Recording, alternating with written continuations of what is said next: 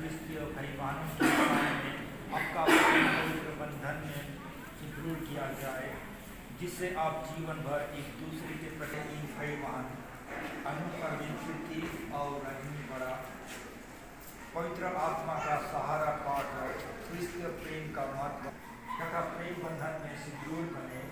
तेरी ही कृपा से इनका प्रेम विकसित होता रहे तथा ये मनुष्यों के सामने सच्चे प्रेम का साक्ष्य देते रहें। ये निवेदन और राज्य करते हैं।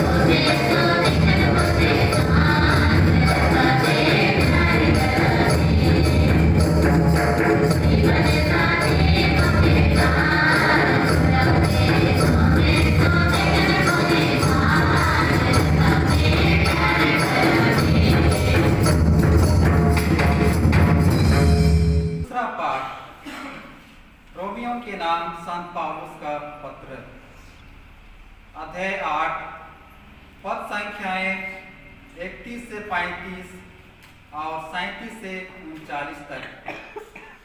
पाठ का मूल वाक्य है, कोई भी हमको मसीह के प्रेम से वंचित नहीं कर सकता। यदि ईश्वर हमारे साथ है तो कौन हमारा विरोध होगा। उसने अपने निज पुत्र को भी नहीं बचा रखा, उसने हम सबों के लिए उसे समर्पित कर दिया, तो इतना देने के बाद क्या वह हम सबको कुछ नहीं देगा। ईश्वर जिन्हें चुन लिया है उन पर कौन अभियोग लगा सकेगा। ईश्वर ने जिन्हें दोष मुक्त कर दिया है उन्हें कौन दोषी ठहराएगा। क्या यीशु मसीह ऐसा ही करेंगे? तो वह तो मर गए बल्कि जी उठे और ईश्वर के दाहिने विराजमान होकर हमारे लिए प्रार्थना करते रहते हैं। कौन हमको मसीह के प्रेम से वंचित कर सकता है? क्या विपत्ति या संकट, क्या अत्याचार, भूख, नग्नता, जोखिम या तलवार? किंतु इन सब बातों पर हम उन्हीं के द्वारा सहज ही विजय प्राप्त करते हैं जिन्होंने हमें प्यार किया है। मुझे दृढ़ विश्वास है कि ना तो मरण या जीवन, ना स्वर्गदूत या नरकदूत, ना वर्तमान या भविष्य, ना आकाश या पाताल की कोई शक्ति और ना समस्त सृष्टि में कोई या कुछ हमें ईश्वर के उस प्रेम से वंचित कर सकता है जो हमें हमारे प्रभु यीशु मसीह के द्वारा मिला है। प्रभु की वाणी। सुसमाचार का मूल संदेश है, जिसे ईश्वर ने जोड़ा है उसे मनुष्य अलग ना करे। एक शरीर हो जाएंगे। इस तरह अब ये दो नहीं बल्कि एक शरीर हैं।